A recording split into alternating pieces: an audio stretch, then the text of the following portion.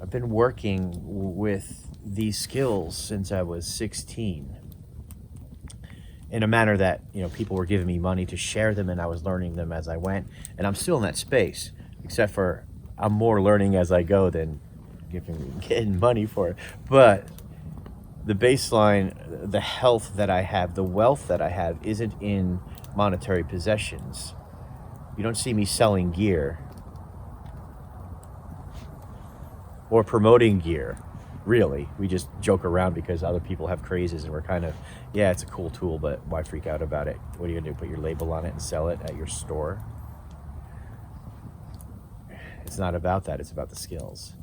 It's about making connection with something real, right? So for me, that's my wealth of it.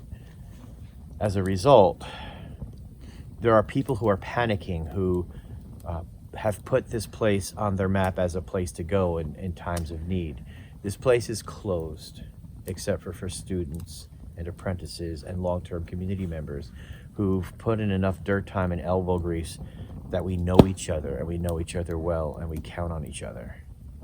And right now, they're all either here or they're working their own stuff in other places and they're doing fine, right?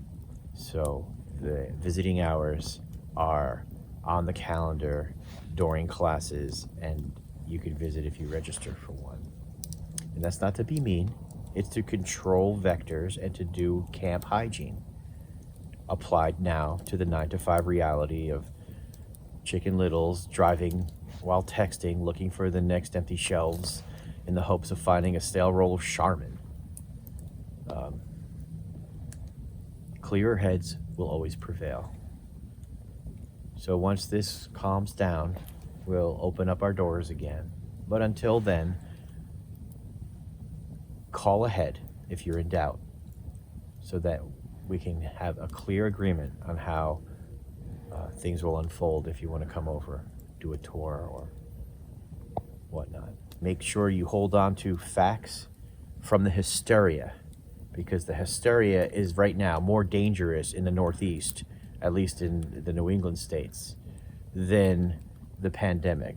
It's funny, hysteria and apathy are the two big problems we're having right now. Somewhere in the middle is an aware population making decisive actions toward bettering their conditions and the conditions of the people they care about. They're networking with neighbors. They're creating protocols for sanitation. All important aspects. They're storing water in case, if there is a grid down situation because of lockdowns and quarantines, that we could still run our lives. So think about your life-sustaining systems and redundancy within those systems. And if there are people you know who could work together to create a stronger, more resilient community in the way of barter and security, that's not a bad idea. And at the end, you could all laugh about how ridiculous you were if it never comes to fruition. And if it does come to fruition on any level, you're the more prepared for it. And it actually becomes more of an adventure than a threat. Take care, folks. See you on the trail.